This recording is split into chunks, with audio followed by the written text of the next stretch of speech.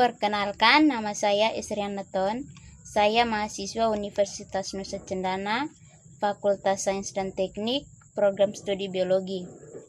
Pada video ini, saya akan menjelaskan tentang daur biogeokimia, terutama daur atau siklus air dan nitrogen. Pertama-tama, kita harus tahu dulu apa itu daur biogeokimia. Biogeokimia sendiri terdiri dari dua kata, yaitu bio dan geo. Bio berarti organisme atau makhluk hidup, dan geo merupakan batu, udara maupun air. Maka secara umum, biogeokimia dapat didefinisikan sebagai peredaran unsur-unsur kimia dari lingkungan, komponen biotik, dan kembali lagi ke lingkungan, dan proses tersebut terjadi secara berulang-ulang dan tak terbatas. Ya, baik, selanjutnya kita masuk pada macam-macam daur biogeokimia. Daur biogeokimia terdiri dari 5 daur. Yang pertama, daur air atau hidrologi. Yang kedua, daur karbon. Yang ketiga, daur nitrogen. Yang keempat, daur fosfor. Dan yang kelima, daur belerang atau sulfur. Pada daur biogeokimia, saya memilih 2, yaitu yang pertama daur air dan daur nitrogen. Di sini saya akan membahas terlebih dahulu tentang daur air. Daur air atau daur hidrologi merupakan pergerakan air dari bumi menuju atmosfer dan kembali lagi ke bumi yang terjadi secara terus-menerus. Hal ini membentuk sirkulasi alam. Siklus ini ada banyak tahapan yang harus dilalui, seperti kondensasi, presipitasi, lalu evaporasi dan transpirasi. Daur air ini terjadi dengan bantuan sinar matahari yang menguapkan air yang ada di laut, sungai, dan danau yang disebut dengan evaporasi. Air tersebut akan menjadi uap air dan naik ke atmosfer menjadi partikel es atau titik-titik air. Hal ini disebabkan karena suhu di atmosfer sangat rendah. Partikel-partikel ini akan membentuk awan yang dikenal dengan kondensasi. Saat udara tidak mampu menahan titik-titik air ini, ia akan jatuh sebagai hujan atau salju yang disebut dengan presipitasi.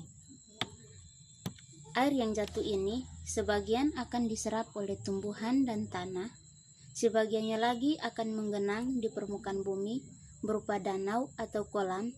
Selain itu, sebagian itu akan mengalir ke sungai hingga ke lautan.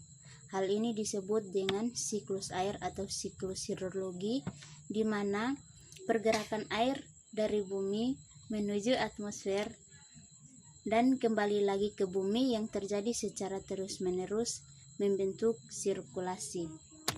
Ya, baik, kita masuk pada siklus yang kedua, yaitu daur nitrogen. Daur nitrogen sendiri merupakan pergerakan nitrogen dari atmosfer ke bumi dan kembali lagi ke atmosfer yang terjadi secara terus-menerus. Di alam, nitrogen terdapat dalam bentuk senyawa organik seperti urea, protein, dan asam nukleat, atau sebagai senyawa anorganik seperti amonia, nitrit, dan nitrat. Kita lihat pada gambar yang ada, yaitu pertama-tama nitrogen diikat oleh bakteri yang namanya bakteri fiksasi nitrogen. Biasanya bakteri ini hidupnya di tanah, terutama bintil akar pada tanaman polong-polongan. Bakteri yang biasa terdapat di bintil akar itu ada Rhizobium dan juga Acetobacter, di mana peranannya yaitu untuk mengikat nitrogen dan juga dapat melakukan proses asimilasi. Dari nitrogen ke bintil akar dinamakan proses fiksasi, atau pengikatan nitrogen di udara melalui bintil akar tanaman yang bersimbiosis dengan bakteri nitrogen. Kemudian di gambar ini ada gambar hewan dan tumbuhan. Pada gambar ini, jika hewan dan tumbuhan sudah mati atau punah, mereka akan busuk dan menjadi dekomposer atau pengurai, di mana ada fungi, bakteri, dan prosesnya dinamakan dekomposisi. Pada tahap selanjutnya yaitu disebut dengan amonifikasi atau pembentukan amonia. Di sini digunakan amonium atau NH4+ karena sudah terionisasi secara sempurna di dalam tanah. Kemudian proses amonium menjadi NO2 atau nitrit, dan ini dinamakan nitrifikasi atau oksidasi amonia atau juga amonium menjadi nitrit. Hal ini dibantu oleh bakteri yang namanya Nitrosomonas dan Nitrosococcus.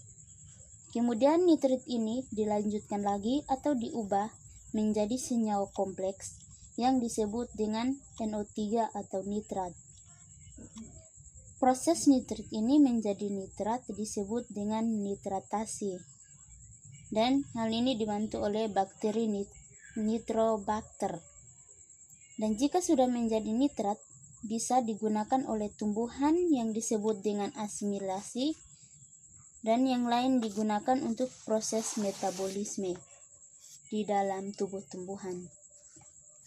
NO3 ini juga dapat digunakan oleh bakteri yang akan dilepaskan ke udara atau pelepasan nitrogen kembali ke udara yang disebut dengan denitrifikasi.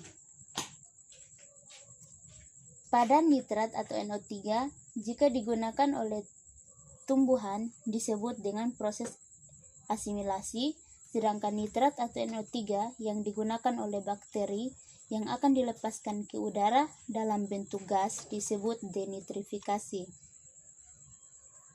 Ya, oke, baik, ini penjelasan daur biogeokimia, khususnya daur air dan daur nitrogen.